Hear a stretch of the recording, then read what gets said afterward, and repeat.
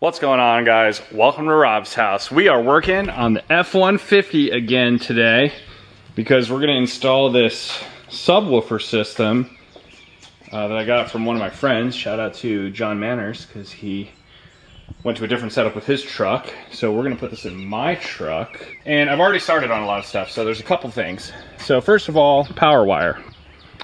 We have the power wire run. It's right here. It's not connected yet, but I got the fuse all set up.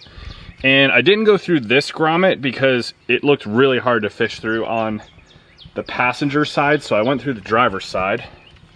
I don't know if you can really see it, but there is a grommet down there that you can poke a hole in, and it comes through right under here. So it comes through that grommet right there to the left of your pedals, basically. You can see the blue wire. This is the knob slash like the remote, basically. So I haven't mounted that yet, but that's where the wire runs. Once you have the power wire into the cabin, it's pretty easy. You basically just pull up these trim pieces and run the wire. You can see the blue wire. And we come through the back, and I basically just ran it up behind this, and it shoots out here. Now I have the seats folded down. In order to do that, you actually have to pick up on the bottom of the seat, which will tilt the headrest forward, and it basically has this little lever, and when it's locked into place, you basically just have to pull on that to get it to release, and it'll pop right down. Seat will come flat, and you have access to the wall here. So you can see I put some nutserts in here already, some rib nuts, where we're gonna mount this amp. This thing is in my way, but I think that's okay because the riv nuts, like this portion is raised enough that it'll sit flush in front of it. I'm only gonna be able to use 3 bolts. I know that's not ideal, but I think it'll be okay since they're rib nuts. Like, I'm not using self tappers, so this will be, you know, be able to remove the amp if we need, and hopefully we don't have to, but you know. We got a down for sound JP8. It's the same thing I run on the Mustang. It's an 800 watt RMS at 1 ohm mono channel amp. Then we're gonna push both subs through. The other thing you have to do is you have to get signal. So you need either a line out converter, or in my case, I found this nifty little converter, like it's like a plug and play harness that I found on Amazon. And you can kind of see it in here. Obviously the other ends are plugged into the amp itself, but you see you got the 2 wires that came out of the amp.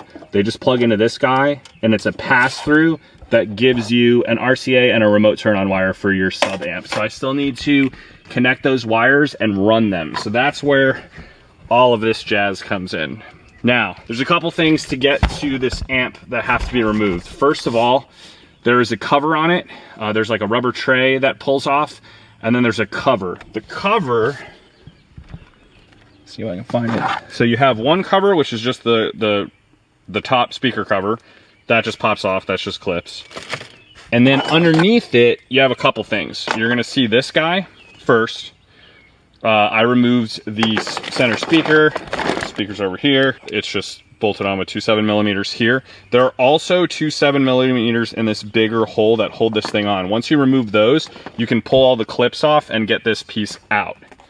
Once that piece is out, there's actually a bracket. This is the bracket that holds the amplifier in. I thought that I was gonna have to, or like the module, I don't even know if this is just an amplifier or if it's an entire infotainment module. I thought I was gonna have to pull that module to get to the actual plugs, but I was able to wiggle the plugs out and get the new plugs in there without doing that. So the only other things you gotta do are, you gotta remove a bunch of the trim pieces here to be able to run some wires. So I've already removed the surround for the screen, and then the one cross piece that goes all the way to the other side. Those are all clips, but this piece has to be removed first, then this piece can be removed. It also has your ignition switch, so make sure you unplug that, don't yank this out. And then to get the AC controls out, you have to remove these side pieces, which are just clips. They just pop out. I've already done that. And now we got a bunch of 7mm on the top here for the AC controls. Once I get the AC controls out, the reason I'm doing that is because then I'll be able to fish wires down through the center speaker access down into here, and I can get them out this side. And then that way, once I'm able to run them out, I can run them behind some of this dash trim, right? Tuck them in there, and then I can run all the way out to, or I could even go under the carpet if I really wanted to. I might actually do that. I might go under the carpet. I might go like, yeah, I might go around the back there and then under the carpet so that there's no way it can get snagged on anything. And then same thing, I'm gonna run them along this same spot here back to where I'm gonna mount the amp, because we need our remote wire to turn the amp on and off, and we need the RCAs, which are on the other side of the amp, but we need the RCAs for the input, for the actual input signal to get sound. And then all we gotta do is connect our speakers and we can test this. So I'm going to button up the rest of this install. I didn't wanna like bore you guys with me struggling to like fish wires through rubber grommets and stuff like that. So I went ahead and did all that, and I'm kind of showing you step by step on like how I approach this. The hard parts, honestly, are really just getting that power wire into the cabin. It's really, really annoying. You have to cut a hole in that grommet and then you have to fish it through. You can use a coat hanger. I actually used a screwdriver, just a really long Phillips head, and I poked it through the outside, and then I duct taped the power wire to it and then pulled it back through. It took a couple tries because it actually ripped the duct tape a couple times, but I got it through. That's good because you do still want it to be somewhat sealed so you don't get like water coming into the cabin. So you don't want to cut too huge of a hole, but you do need to cut a hole. And the grommet has like this extra, I should have showed it before I cut it actually, but it has this extra like nipple on it. It's like it's like the size of a quarter, and it sticks out about an inch. And that's meant to be cut for accessories like this. So that's the part of the grommet that you want to cut, is that part.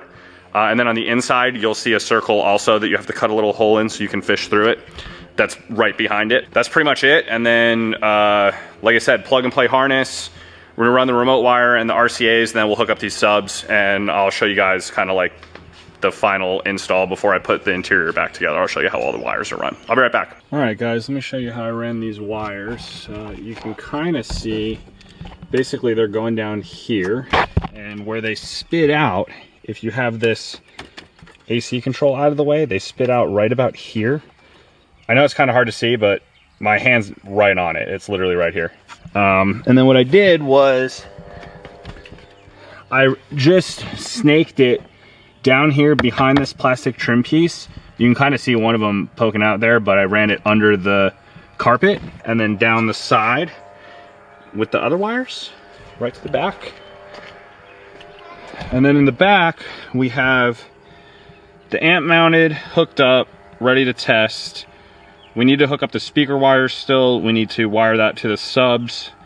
But at this point, I can test to make sure that the amp is turning on. So I'm gonna do that and then wire up the subs, and I'll show you guys the finished product. All right, guys, moment of truth.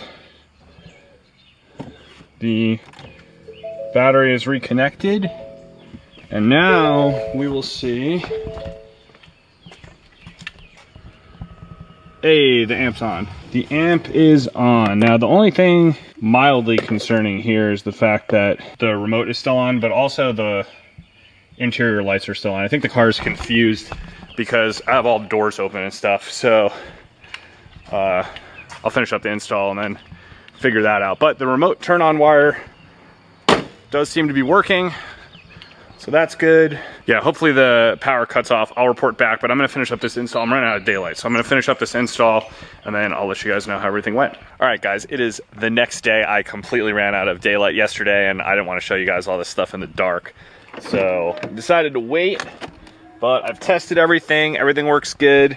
You can see the, I mounted this little guy down here.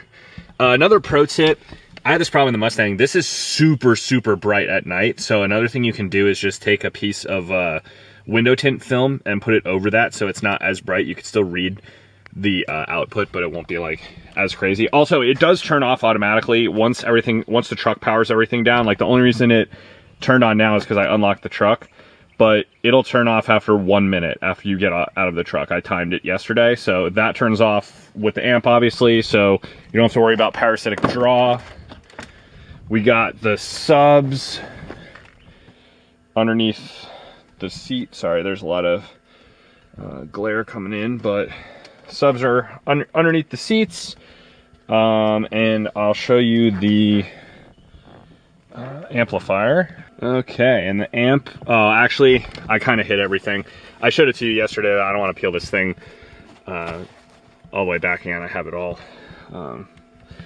tucked nice and neat, but I zip tied some of the wires. You can see kind of, sort of, but I basically zip tied up all the wires and the amplifier is back behind here. So nice and clean, everything hidden. I put all the trim pieces back on, all that stuff, and it works great. Here, I'll give you guys a sound demo real quick.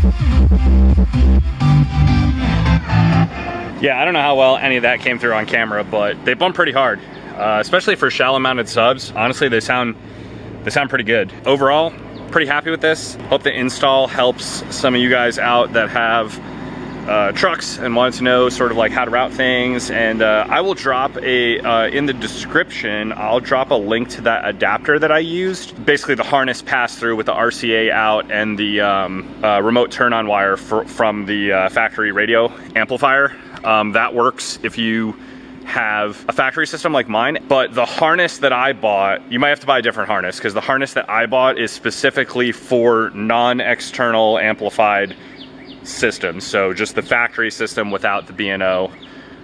So if you have the B&O, I'm not sure, you got to check what those plugs look like coming off the amplifier for the B&O. If they are the same plugs, it should work.